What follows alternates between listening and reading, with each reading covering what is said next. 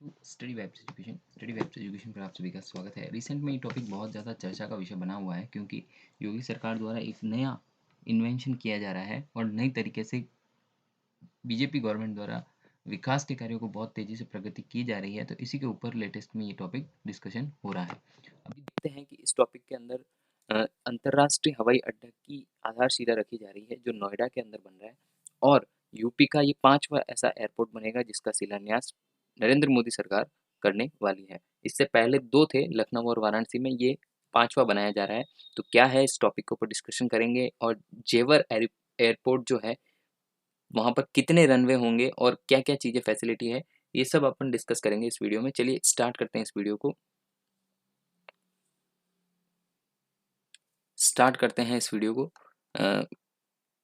Study vibe education online platform है जहाँ पर आप हमसे जुड़ सकते हैं और अपने नॉलेज को बिल्ड कर सकते हैं। यूट्यूब के ऊपर हम अवेलेबल हैं और माई सेल्फ आशुतोष टेलर, आपका होस्ट और दोस्त, जैसा आप सभी को पता ही है। करंट अफेयर्स की शॉर्ट वीडियोस यहाँ पर अवेलेबल है, लेक्चर की डिस्कशन यहाँ पर अवेलेबल है। टेलीग्राम पर आप हमसे जुड़कर पीडीएफ प्राप्त कर सकते हैं, वीडियो की नोटिफिकेशन प्राप्त कर सकते हैं। साथ ही साथ फेसबुक पेज पर जुड़कर आप अपनी क्वेरीज हमें बता सकते हैं और साथ ही साथ हमको सुझाव भी दे सकते हैं।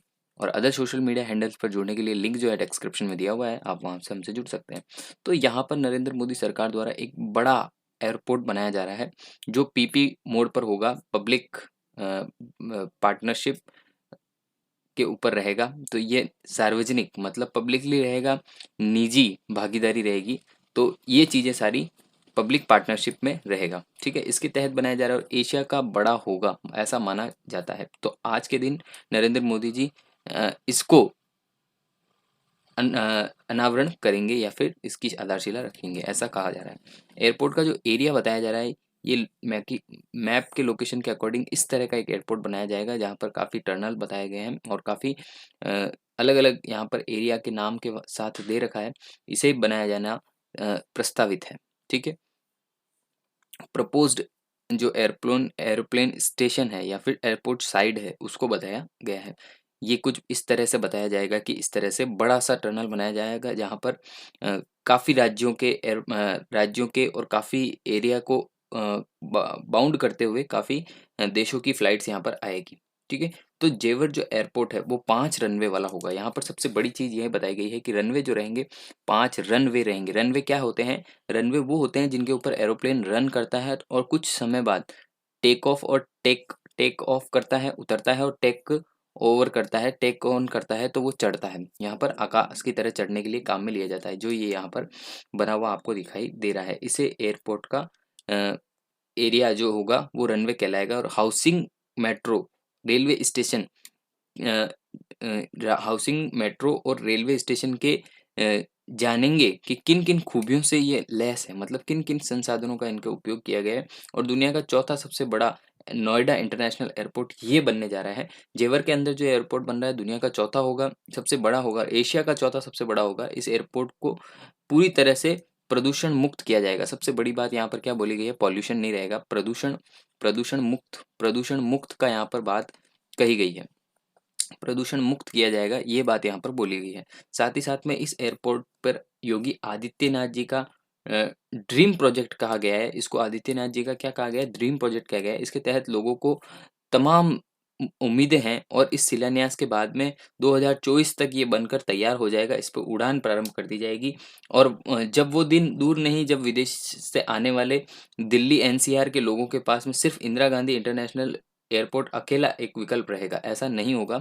यह एयरपोर्ट ऐसा बन जाएगा कि ये ग्रेटर नोएडा दिल्ली से सटा हुआ एरिया है और यूपी का एरिया है, दिल्ली से सटा हुआ है। तो यहाँ पर अमूमन दिल्ली से आने वाली फ्लाइट्स यहाँ पर भी टेक ऑफ कर पाएगी और लोग आने वाले यहाँ पर भी उतर पाएंगे। 2024 तक इसे बनने का पूरा ऑपरेशन को बनाया जाएगा, ऐसा कहा गया। और इससे पहले प्रधानमंत्री नरेंद्र मोदी ने आज गौतम बुद्ध नगर के जेवर इंटरनेशनल एयरपोर्ट का आधारशिला रखेंगे, ऐसा कहा है इसमें।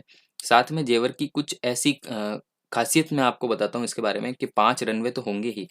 यहाँ पर 5 क्या होंगे? 5 रनवे रहेंगे और रनवे रनवे रहेंगे।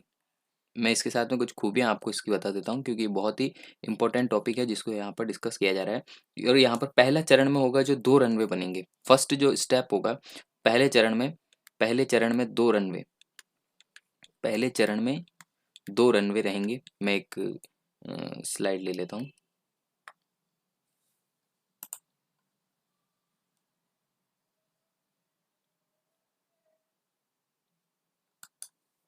पहले चरण में 2 रनवे रहेंगे, तो यहाँ पर पहले चरण में 2 रनवे, 2 रनवे।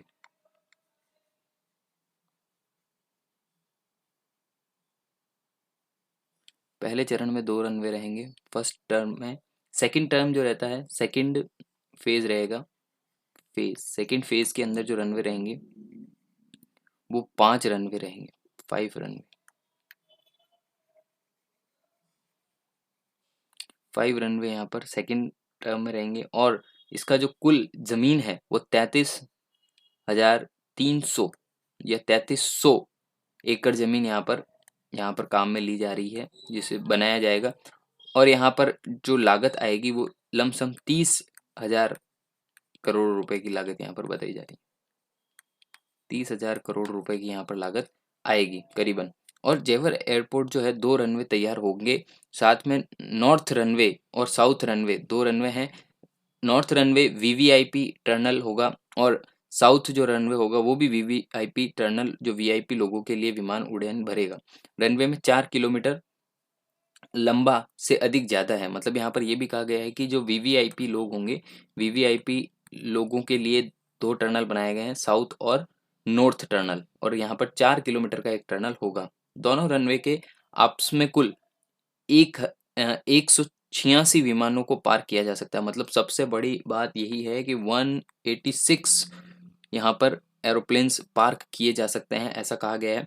और इस एरोप्लेन के भीतर, इस एयरपोर्ट के भीतर ट्रांसपोर्ट के रूप में भी दूसरा विकल्प भी होगा। मतलब यहाँ पर ट्रांसपोर्टेशन के लिए भी यहाँ पर सुविधा उपलब्ध होगी और रेलवे स्टेशन को भी यहाँ पर शामिल किया गया है, जिससे मेट्रो या हाई स्पीड ट्रेनों में सवार होकर शहर में जाया जा सकता है। यहाँ से इस चीज़ को भी यहाँ पर जोड़ा गया है ताकि यहाँ की कनेक्टिविटी इस तरह बना दी जाए कि शहर में आराम से आदमी जा सके। मेट्रो स्टेशन के करीब ही हवाई यात्रियों को यहाँ पर बैठाने के लिए एक अलग से टनल का इंतजाम भी किया गया है, जहाँ पर अगर ज़्यादा लोग आ जाते हैं तो यहाँ पर मेट्रो के ज़रिए जाना चाहते हैं तो वहाँ से टनल की जो दूरी रहेगी वो भी यहाँ पर बताई गई है। साथ ही साथ में इस एयरपोर्ट के साउथ और नॉर्थ जो टनल है उनके बीच में एटीसी टावर का निर्माण किया गया है। साथ ही साथ साउथ रनवे की तरफ रेस्क्यू और फायर ब्रिगेड सिस्टम का भी इमारत बनाई गई है। मतलब यहाँ पर इतना बड़ा रन अगर रहता है तो वहाँ पर ये भी सारी चीज़ें देखी जाएगी कि यहाँ के ऊपर अगर कोई आपदा आती है तो उससे किस तरह से निपटा जाए। और एयरपोर्ट के भीतर एक बड़ा सा सेंटर किचन भी यहाँ पर तैयार किया गया है, जहाँ पर खाने की व्यवस्था आपको उपलब्ध कराई जाएगी। और साउथ रनवे के दाएं और एक तालाब भी है, तालाब का भी निर्माण किया गया है, जहाँ पर बारिश का पानी जमा करके इस्तेमाल किया जा सके, मतलब रिसाइकिल भी किया जा सके वाटर को। तो वहाँ पर एक ये भी फैसिलिटी यहाँ पर उपलब्ध कराई गई है ताकि बारिश के पानी को यहाँ पर रिसाइकिल करके यूज़ किया जा सके। और इसकी अगर दूरियां देखें हम आसपास के एरिया से, तो आसपास के एरिया से मैं आपको इसकी दूरियां बताता हूँ कि कितनी कितनी दूरी पर यहाँ पर ये सारी चीज़ें रहेगी। तो इस मैप के जरिए तो दिखेगा नहीं आपको इतना, पर मैं आपको एक बार बता देता हूँ फिर भी। तो यहाँ पर सबसे पहले है, इसके अलावा यमुना एक्सप्रेस जो है वे वो इससे कनेक्ट करता है। और यहाँ पर पेरिफल एक्सप्रेस है, वो भी यहाँ पर ईस्टर्न पेरिफल एक्सप्रेस वो भी यहाँ पर इससे कनेक्ट करता है। और आसपास के सभी प्रमुख सड़कों को, राजमार्गों को जेवर एयरपोर्ट के द्वारा जोड़ा जाएगा, ऐसा कहा गया है। और जेवर एयरपोर्ट को सिर्फ विदेशी के लिए ही हवाई सफर नहीं है, ये यहाँ पर सभी के लिए है। बड़ा बड़ा हब बनाया जा रहा है इसको, कॉन्गो हब कहा जा सकता है, cargo hub, sorry, cargo hub कहा गया है इसको, और इसको बनाया जा रहा है। और इस एयरपोर्ट से कुल मिला के कितनी कितनी दूरियां हैं, तो यहाँ पर अगर आप यहाँ से नोएडा शहर की ओर जाना चाहते हैं, तो यहाँ से नोएडा शहर की ओर जाना चाहते हैं तो आपको मात्र 60 किलोमीटर की दूरी है यहाँ पर नोएडा की। नोएडा की डिस्टेंस जो बताई गई है, नोएडा यहाँ पर 60 किलोमीटर की दूरी यहाँ पर नोएडा से बताई जाती है। और गुड़गांव की तरफ अगर गुरुग्राम जिसे बोला जाता है, गुरुग्राम या गुड़गांव की तरफ आप जाना चाहते हैं तो यहाँ पर जो डिस्टेंस है वो 80 किलोमीटर्स, यहाँ से 80 किलोमीटर की दूरी पर गुरुग्राम है। गाजियाबाद अगर जाना चाहते हैं, गाजियाबाद अगर आप जाना चाहते हैं तो यहाँ से डिस्टेंस जो रहेगी 75 किलोमीटर की डिस्टेंस यहाँ पर बताई गई है। और साथ ही साथ अगर आप आगरा जाना चाहते हैं तो आगरा की डिस्टेंस यहाँ से 130 किलोमीटर है, 130 किलोमीटर यहाँ पर आगरा की डिस्टेंस रहेगी। और आईजीआई अगर आप जाना चाहते हैं तो यहाँ से 72 किलोमीटर की डिस्टेंस पर आईजीआई यहाँ पर बताया गया है। इतनी आसपास में करीब बहुत ही कम एरिया में यहाँ पर आपको इधर उधर जाने की जरूरत नहीं पड़ेगी। हालांकि बहुत ही सुविधाजनक जगह यहाँ पर आपको प्राप्त हो जाएगी। और भी इसमें काफ़ी काफ़ी सारी चीज़ें हैं, इससे पहले वाले वीडियो में आपको प्रोवाइड की गई है। मैं कुछ एक्स्ट्रा इन्फॉर्मेशन है जो आपके लिए लेकर आया हूँ। आपको इससे पहले वाला वीडियो भी हमारे चैनल पर मिल जाएगा, आप उसको जाकर देख सकते हैं, अवेयर कर सकते हैं। साथ ही साथ इसकी टर्नल क्षमता जो रहेगी वो 60 लाख 60 लाख मैट्रिक टन की रहेगी, ऐसा कहा गया है। साथ ही साथ 80 लाख मैट्रिक टन का भी बढ़ाकर 80 लाख मैट्रिक टन भी करा जाएगा कार्गो टर्नल टर्नल की यहाँ पर क्षमता को। पहले 20 लाख टर्नल बनाया जाएगा फर्स्ट फेज में, और दूसरा फेज जब बनाया जाएगा तो वहाँ 80 लाख टर्नल कर दिया जाएगा, ऐसा कहा गया। कार्गो हब से औद्योगिकीकरण उत्पादों की आवाजाही में यहाँ पर सुविधाजनक हो जाएगी और स्थायी उत्पादों को राष्ट्रीय बाजार तक पहुँचाने में भी मदद मिलेगी। ऐसा सबसे बड़ा यहाँ पर इंटरनेशनली हम क्या कर ट्रेड कर पाएंगे इस तरह से। अगर इतना बड़ा एयरपोर्ट बनेगा तो वहाँ पर इंटरनेशनली हमारा ट्रेड करने का भी काफ़ी यूज़फुल रहेगा, बाजार में मदद मिलेगी। देश में पहली बार ऐसा जेवर इंटरनेशनल एयरपोर्ट बन रहा है जहाँ पर जहाज़ों के मेंटेनेंस के लिए बड़ा मेंटेनेंस सेंटर भी स्थापित किया गया है। मतलब यहाँ पर एक और सबसे बड़ी सुविधा उपलब्ध है कि अगर जहाज़ों का रखरखाव किया जाए और उनके साथ में उनकी मेंटेनेंसिंग की जाए तो उसके लिए भी एक बड़ा यहाँ पर बनाया गया है, ठीक है ना, सेंटर बनाया गया है, जिसके लिए अब देश जहाज विमान जाया जा विदेश जाया जाएगा जा सकते थे। मतलब पहले क्या होता था कि कुछ ऐसी मेंटेनेंसिंग होती थी जिसके लिए विमान विदेश की तरफ जाते थे, तो अब ऐसा नहीं होगा, वहाँ पर ही मेंटेनेंस की व्यवस्था रहेगी और वहाँ पर बन पाएगा। अब हम इस टॉपिक पे एक बार हमारी वीडियोज़ को, पहले वाली वीडियो को देख लेते हैं कि उसमें क्या-क्या बताया गया है। तो इंटरनेशनल एयरपोर्ट पर 25 तारीख को आज प्रधानमंत्री नरेंद्र मोदी इसका शिलान्यास करेंगे।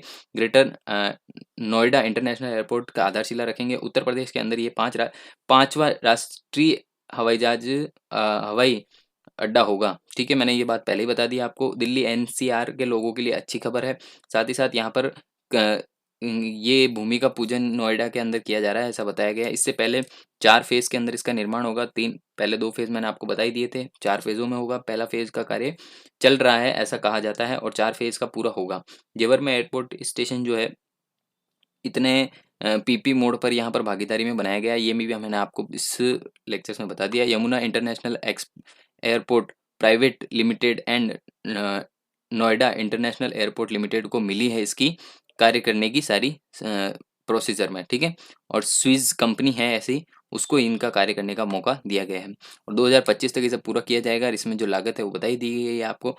5,730 करोड़ रुपए की लागत यहाँ पर बताई गई है पहले चरण के लिए, और बैंकों से यहाँ से लोन भी लिया गया है।